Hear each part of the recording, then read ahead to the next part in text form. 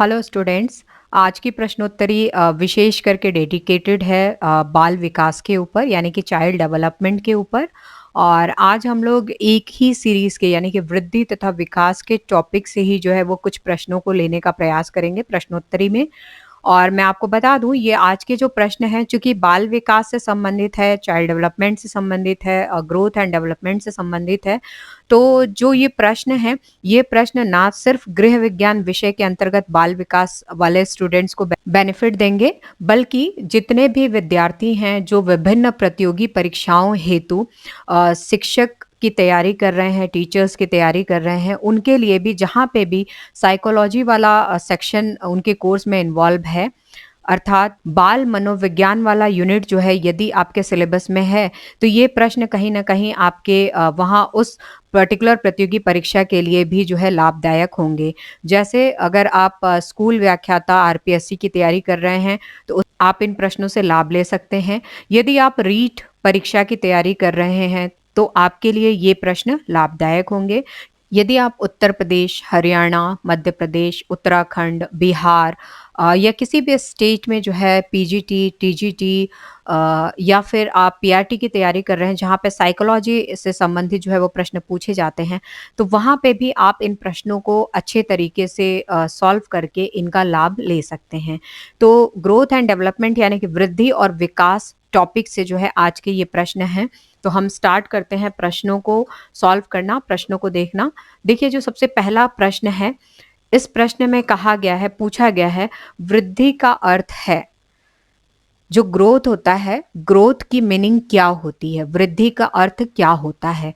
Options है हमारे पास आंतरिक तथा बाह्य अंगों का बढ़ना।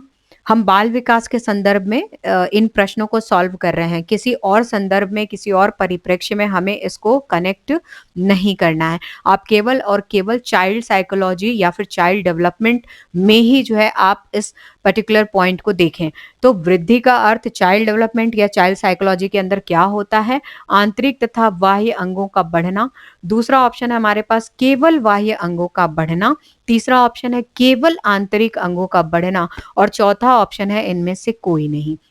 तो जब हम वृद्धि की बात करते हैं, जब हम ग्रोथ की बात करते हैं, तो जब चाइल्ड डेवलपमेंट के अंदर आते हैं और किसी बच्चे को हम लोग देखते हैं या बालक के बारे में हम लोग अध्ययन करने का प्रयास करते हैं, तो वृद्धि के अंदर हम लोग उन सभी तत्वों को इन्वॉल्व करते हैं, उन सभी तथ्यों को समझने का प्रयास करते हैं जिनमें हमें उसके अंदर परिवर्तन जो है वो परिलक्षित होते हैं। तो ये परिवर्तन हमें आंतरिक रूप से भी जो है वो परिलक्षित होते हैं और ये परिवर्तन हमें उसके बाह्य अंगों में भी परिलक्षित होते हैं। ऐसा नहीं है कि केवल और केवल बाहरी भाग जो है वो शरीर के बढ़े जा रहे हैं और अंदर के जो है वो शारीरिक पोर्शन, शारीरिक भाग जो है वो उनकी स्थिति यथावत है। नहीं, ऐसा नहीं है। उनकी स्थितियों में भी परिवर्तन होता है, उनकी आकारिकी में भी परिवर्तन होता है, उनकी क्रियाशीलताओं में भी परिवर्तन होता है। तो आंतरिक तथा बाह्य दोनों ही अंगों में जो है वो साथ-साथ परिवर्तन होते हैं और इसी परिवर्तन को बाल विकास या बाल मनोविज्ञान के अंतर्गत वृद्धि कहा जाता है। तो आंसर हमारा क्या करेक्ट होगा? आंतरिक तथा बाह्य अंगों का बढ़ना। ये ऑप्शन इस प्रश्न के लिए जो है वो करेक्ट होगा। नेक्स्ट आइए दूसरे प्रश्न पे आते हैं हम लोग। दूसरा प्रश्न देखते हैं। देखिए दूसरा प्रश्न है, विकास में होने वाले परिवर्तन होते हैं। पहले हमने जो है जो प्रश्न लिया था वो वृद्धि से हमने उठाया था यानी कि ग्रोथ के विषय में हम लोगों ने पढ़ा। अब हम डेवलपमेंट के विषय में पढ़ेंगे। जो विकास होता है, विकास में होने वाले परिवर्तन होते हैं। जो विकासात्मक प्रक्रियाएं होती हैं, ओवरऑल जब हम लोग डेवलपमेंट की बात करते हैं तो उस समय पे क्या-क्या परिवर्तन होते हैं किसी बालक के अंतर्गत। सबसे पहला ऑप्शन है रचनात्मक तथा विनाशात्मक। दूसरा ऑप्शन है केवल रचनात्मक। तीसरा ऑप्शन है केवल विनाशात्मक और चौथा ऑप्शन है शारीरिक। तो हम लोग विकास में होने वाले परिवर्तनों में होते हैं। देखिए, अगर हम लोग अलग-अलग इसको देखने का प्रयास करें, तो रचनात्मक परिवर्तन भी जो है वो देखने को मिलता है, विनाशात्मक परिवर्तन भी जो है बालक के अंदर देखने को मिलता है और साथ ही साथ शारीरिक परिवर्तन भी जो है उसके अंदर दिखता है। लेकिन हमें चूँकि एक ही ऑप्शन जो है इसमें चूज करना है, 4 में से किसी एक ही ऑप्शन को रखना है। यदि ये तीनों लिख करके एक चौथा ऑप्शन आता है कि इनमें से सभी सत्य हैं, तो हम उन सभी को जो है सिलेक्ट कर लेते या उस एक पर्टिकुलर ऑप्शन को सिलेक्ट करते और ये सभी क्या हो जाते, सत्य होते। लेकिन इस प्रश्न में इस तरीके का कोई ऑप्शन नहीं दिया गया है और हमारे को इनमें से जो है एप्रोप्रिएट आंसर को चूज करना है या एप्रोप्रिएट आंसर का चयन करना है। तो उसके हिसाब से जब ये तीनों सत्य हो रहे हैं, तो तीनों सत्य के आसपास यदि हम पहला ऑप्शन देखें, रचनात्मक तथा विनाशात्मक परिवर्तन, तो ये परिवर्तन जो है वो कहीं ना कहीं सत्य होगा, क्योंकि इनमें जो है दो तथ्य हमारे एक साथ आ गए। तो इसका करेक्ट आंसर क्या होगा, ए होगा। प्रश्न है कि विकास में होने वाले परिवर्तन कैसे होते हैं, तो आंसर हमारा आएगा रचनात्मक तथा विनाशात्मक दोनों ही प्रकार के होते हैं। नेक्स्ट तीसरे प्रश्न पे आते हैं हम लोग, थर्ड क्वेश्चन। बहुत ही आसान सा क्वेश्चन है, फैक्ट पे आधारित है, लेकिन इस तरीके के प्रश्न जो है परीक्षाओं में कई बार पूछे गए हैं। ये प्रश्न कई बार परीक्षा में आया हुआ है। विकास के क्षेत्र होते हैं, जो डेवलपमेंट का एरिया होता है वो क्या है, एरिया ऑफ डेवलपमेंट जो है वो किन से मिलकर के बना है, या विकास के क्षेत्र में इनमें से क्या क्या समाहित होते हैं, या इनमें से क्या क्या पॉइंट्स हम लोग जोड़ते हैं। तो पहला आ रहा है शारीरिक। ठीक है, विकास के क्षेत्र होते हैं शारीरिक, जो बच्चे का, जो बालक का जो डेवलपमेंट होता है, जो उसका विकास होता है, किस भाग में होता है, किस रूप में होता है, तो शारीरिक रूप में होता है।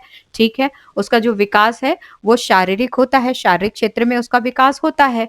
मानसिक क्षेत्र में, जी हाँ, विकास जो है वो उसका मानसिक क्षेत्र में होता है। जिस प्रोपोर्शन, जिस वॉल्यूम में अवस्थाओं के अनुसार शारीरिक रूप में होता है, ठीक उसी तरीके से, उसी प्रोपोर्शन में, उसी वॉल्यूम में और उसकी पर्टिकुलर अवस्था के अकॉर्डिंग जो है वो मानसिक भी होता है। और कहीं ना कहीं जो है वो विकास का क्षेत्र बच्चे का, बालक का जो है वो सामाजिक भी होता है। तो ये तीनों ही ऑप्शन क्या हैं, करेक्ट हैं। और हमारे पास जो है लास्ट ऑप्शन आया है उपर्युक्त सभी, यानी कि ऊपर के सभी जो है वो आते हैं विकास के क्षेत्र में। तो उपर्युक्त सभी यानी कि शारीरिक, मानसिक और सामाजिक, ये तीनों ही जो है क्षेत्र विकास से संबंधित होते हैं बाल विकास के अंतर्गत। नेक्स्ट आइए अगले प्रश्न पे आते हैं। अच्छा क्वेश्चन है, ये प्रश्न भी कई बार परीक्षा में आया हुआ है। हरलॉक के अनुसार शैशवावस्था है, हरलॉक के अनुसार शैशवावस्था कौन सी है या कब की है। पहला ऑप्शन है जन्म से 2 वर्ष तक की अवस्था, दूसरा ऑप्शन है जन्म से 2 सप्ताह तक की अवस्था, तीसरा ऑप्शन है गर्भधारण से 2 सप्ताह की अवस्था और चौथा ऑप्शन है गर्भधारण से 2 वर्ष तक की अवस्था। तो इसका सीधा सीधा यदि हम लोग आंसर देखने का प्रयास करें, तो जन्म से लेकर के जो ए ऑप्शन दिया हुआ है, जन्म से लेकर के 2 वर्ष तक की अवस्था, इसको यदि हम लोग समझने का प्रयास करें, तो हरलॉक के अनुसार जो है जन्म से 2 सप्ताह तक की अगर हम लोग बात करें, तो इसको इन्होंने शैशवावस्था कहा। और तीसरे सप्ताह से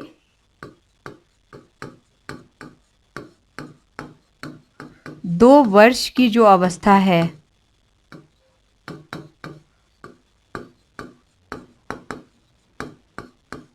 इसको इन्होंने बचपनावस्था कहा। ठीक है, ये 2 पॉइंट जो है आप यहाँ पे देख सकते हैं। फर्स्ट पॉइंट ये है, सेकंड पॉइंट ये है। तो जन्म से लेकर के 2 वर्ष की जब हम लोग बात करते हैं, तो उसमें तो उन्होंने 2 भाग कर दिए। तो जन्म से लेकर 2 वर्ष तक की अवस्था, तो ये तो फिर हमारा करेक्ट होगा ही नहीं, क्योंकि हरलॉक के अनुसार हम शैशवावस्था की बात कर रहे हैं। तो जन्म से लेकर के 2 वर्ष तक की अवस्था की बात कर रहे हैं, तो ये तो यहाँ पे होगा ही नहीं, क्योंकि 2 वर्ष तक की अवस्थाओं को भी उन्होंने 2 भागों में विभाजित कर दिया।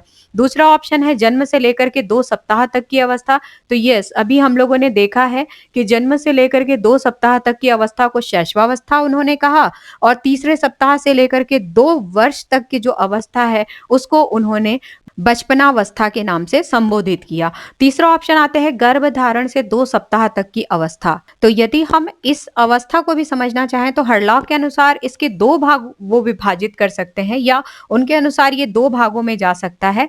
पहला भाग क्या हो सकता है, पहला भाग है आपका गर्भधारण से जन्म क्या होगा? गर्भावस्था। और वापस दूसरा हम आते हैं तो जन्म से 2 सप्ताह क्या होगा? शैशवावस्था।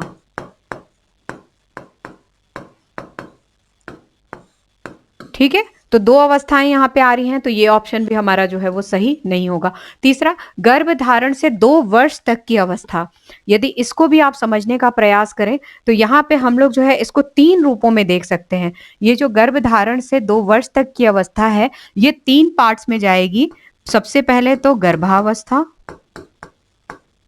मुझे आपको बताने की जरूरत नहीं, अभी मैंने आपको समझाया है, गर्भधारण से लेकर के जन्म तक।